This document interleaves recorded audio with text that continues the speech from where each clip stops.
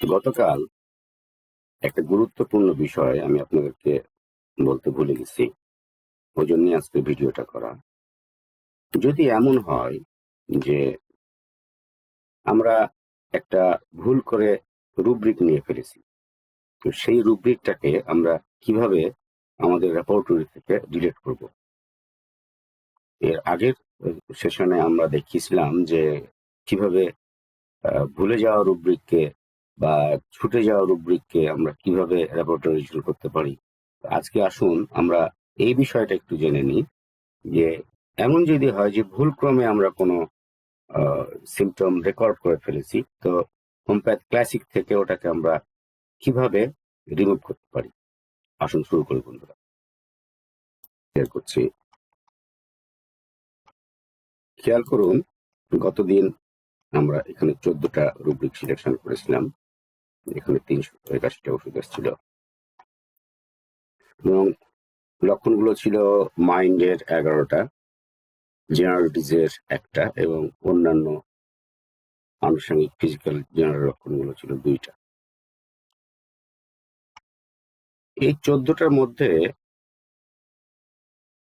আমি এক নজরে এই রুব্রিক গুলো দেখব এবং সেগুলো থেকে একটা রুব্রিককে ধরে নেওয়া যাক যে আমি এই ডিসপিয়ার রিলিজিয়াস এই লক্ষণটিকে আমি রেপোর্টরি থেকে রিমুভ করব। সেক্ষেত্রে আমি কি করব?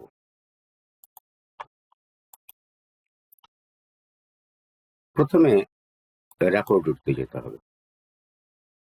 রেপোর্টরিতে গেলে এখানে কিন্তু এইটাতে ক্লিক করতে হবে, এই লেখাটাতে ক্লিক করলেই সাবটাইটেল গুলো আসবে। এখানে সিম্পটম লিস্ট, এই সিম্পটম লিস্টে একবার ক্লিক করব।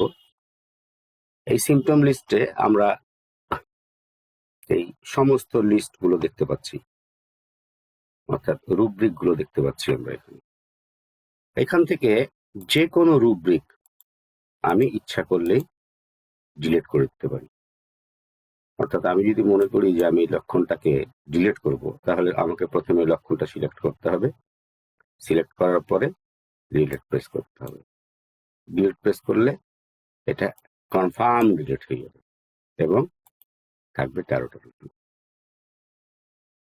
এখন আমি যদি আবার ওই রুব্রিকটাকে ফিরে পেতে চাই, সেক্ষেত্রে কিন্তু আমার আর উপায় নাই। আমাকে আবার রেপোর্টরিতে ঢুকতে হবে, আবার মাইন্ড চ্যাপ্টারে যেতে হবে। মাইন্ড চ্যাপ্টারে যে ডিসপিয়ার রিলিজিয়াস ওটাকে রেকর্ড করতে হবে, এছাড়া কিন্তু আর উপায় নেই। এই জন্য রুব্রিক যখনই আপনি ডিলিট করবেন, এই ডিলিট করার সময় কন্ট্রোল এল বা সিম্পটম লিস্ট এটা চাপ দিয়েই আপনি এটা পাবেন। এবং যখন আপনি এটাকে ডিলিট করতে যাবেন, আপনি অবশ্যই কনফার্ম হবেন যে এই লক্ষণটা আপনি ডিলিট করতে চাচ্ছেন। যদি ডিলিট করতে না চান তাহলে প্রয়োজন নাই, আপনি নো চাপ দিলেই বেরিয়ে যাবে।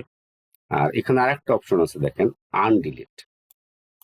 আনডিলিট এই যে লক্ষণটা, এটা কিন্তু এখানে আসছে, এটা আমি আগে খেয়াল করিনি, সরি।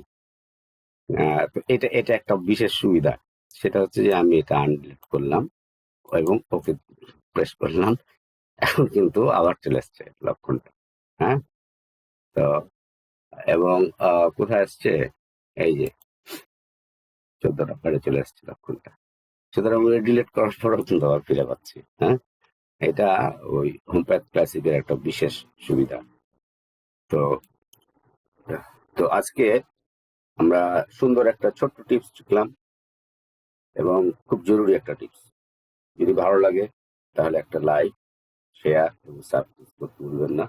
অনেক অনেক ধন্যবাদ।